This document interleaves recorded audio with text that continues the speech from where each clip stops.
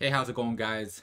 Welcome back to my channel. So it's another Thursday, so there's another Twab to talk about. Let's hop right into it. So the first thing we're going to talk about is Iron Banner. Changes to Iron Banner is it's no longer on the second Tuesday of every month. It's only going to come up twice per season. Only twice. Also, it's going to change playlist activity. So right now, as this current season, it is Rift. Next season, it could be Mayhem. It could be Zone Control. Any of the 6v6s. So there's a lot of glitches going on. There's a lot of stuff going on in Rift. The community is kind of split right now. A lot of people love Rift no matter what. A lot of people hate it. Me personally, I don't like Rift. I don't want that in Iron Banner. Zone Control was fine, but you know, it is what it is. So pretty much if you're hopping into that, if you are trying to figure out how to complete the challenges, you're going to go to the director, hover above it, go to Crucible, hover above Iron Banner, and right there it's going to tell you the the weekly challenges. Now what happens is that on Tuesday it gives you one challenge. If you complete it, the next day another one will unlock, then the next day another one will unlock, all the way up until Friday. So you can complete one challenge per day, and each one is going to give you a pinnacle reward. So that's pretty solid, I think. Okay, now let's keep it going. So let's talk about the Hotfix. So this is going to be 4.1.0.2. This is going to roll out next Tuesday. So maintenance is going to begin at 9 a.m. You're going to get booted from the game at 9:45 a.m. Destiny's going to go off. At 10 a.m., the hotfix will roll out throughout all the platforms. At 11 a.m., it should conclude maintenance. Iron Banner challenges, that's what I was just talking about a minute ago, about hovering over the director and then hovering over Crucible and Iron Banner, and then you'll see the challenges, one per day until from Tuesday to Friday.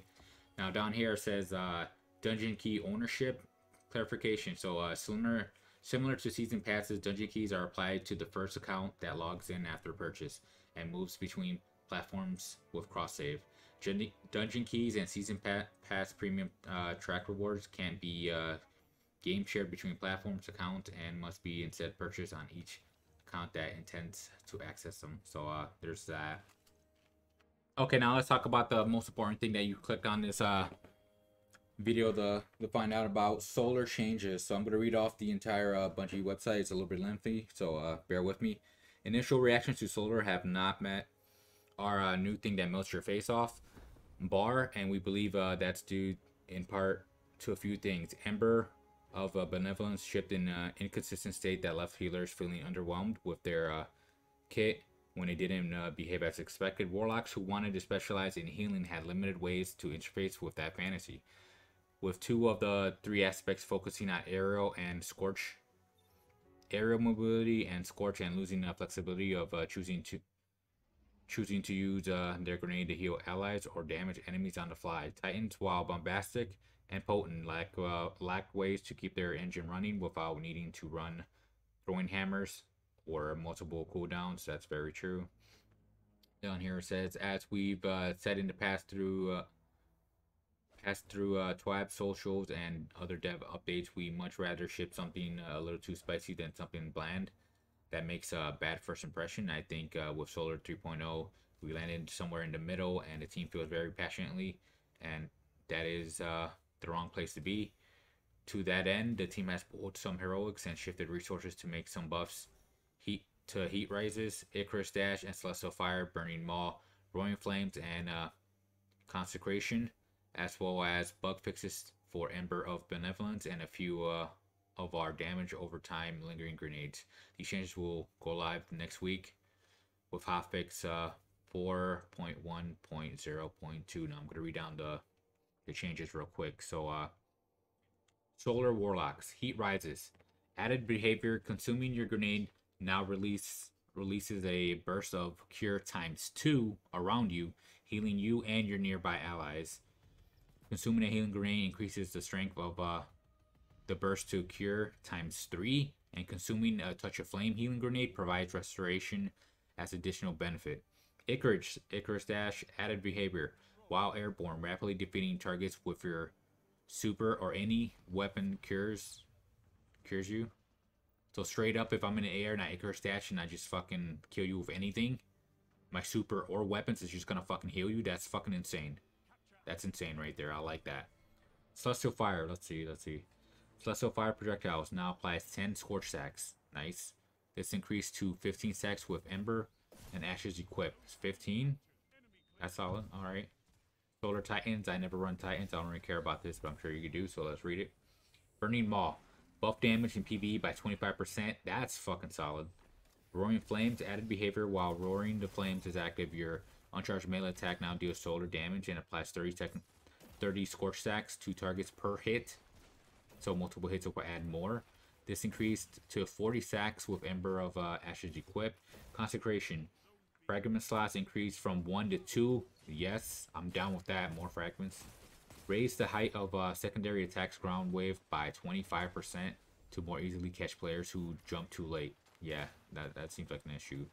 Then let's read right here. There's no small list of changes. The team takes feedback seriously. We're players ourselves, so when things don't land, we also feel that internally. To say it out loud, a hotfix of this magnitude comes at the cost of other changes. So to set expectations here, the team is unlikely to take another balanced pass until much later in the season. It's important to our team that on top of doing amazing things, new things, we maintain a healthy work-life balance. This patch necessitates some breathing room. I can't even fucking talk. So pretty much, are pretty busy right now working on a bunch of little bunch of stuff right now with Arc 3.0 and all this and glitches and all that. So they're not gonna have time to really balance tune the whole entire 3.0 shoulder stuff right now. But let's keep it going. On that note, what's next for abilities? Well, Arc 3.0 is still cooking up nicely, and we'll have more to talk about in the future update. But to reiterate points the team has made in the past about the next subclass update. After Arc 3.0, you should expect the abilities team to go dark a little bit. Since shipping stations with Beyond Light, the team has made huge ability changes season over season. That's very true. They're definitely doing a pretty good job. Over the last year, we've been back-to-back shipping new aspects for stasis, adding variable ability cooldown system, and creating these 3 subclasses 3.0 experiences. It's been busy. We hope changes you've read today reinforce our commitment to being responsive to feedback and candid in our communication. We'll be there right alongside you on the Derek Leviathan snapping, slamming, and flipping way to victory. So those are all pretty good changes right there. I think personally, the one that has me more excited is the fucking Icarus dash. You just fucking kill somebody and it just heals you. That's fucking insane. Celestial Fire going from 10 Scorch Stacks to 15, I think that's pretty solid. The Titans, I don't run Solar Titans ever, but 25% in PvE damage, that seems pretty huge. And 25% for attacking players who try to jump over, that seems pretty huge too. We're going to have to see how that affects the game. So now let's move on to Prime Gaming. So I'm going to read exactly what it says. It says, sometimes you just need freshen up the fashion game, whether it be emote or shiny new ghost shell. There's always something to personalize with regarding within Destiny 2. That's very true. Slap your favorite shader on it, and it's a new day, new you. For those looking to switch things up a bit, we've got a new month of Prime rewards to indulge in. For those that may not know, Prime Gaming is a nifty program with Twitch and Amazon Prime that allows players to get free loot for some of their favorite games. It's pretty easy to use. Sorry. Just sign up for your Prime Gaming account. If you have an Amazon Prime account, congrats. You have also have Prime Gaming included. And link it to your BungieNet account. Once signed in, you can select Sweet Cosmetics linked below to claim them, and then they'll be waiting for you in the tower by Amanda Holiday. She's gonna give it to you for log on. For this month, we've got a little bit of flair for your ghosts and new exotic goodies. So let's see. So we're gonna get Polaris Land Scout Rifle. We'll get the Braytech Legacy Exotic Weapon Ornament. Ash's Angel Exotic Sparrow. I don't really like that sparrow. It looks pretty shitty to me. Nightmare Chalice Projection. I don't care for that either. You'll get some exotics. That's always good. So, you know, there's that. And that's pretty much it for the Twab. So nothing too big, nothing not too small, not too big, but good changes here and there.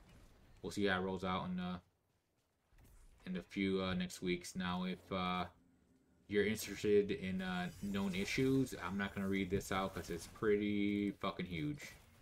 There's like there's like almost 20 of them, so you're gonna have to go down there to the Bungie net and just check it out for yourself. So if you made it this far into the video, you know what to do. Subscribe, comment down below, and hope to see you soon. Later.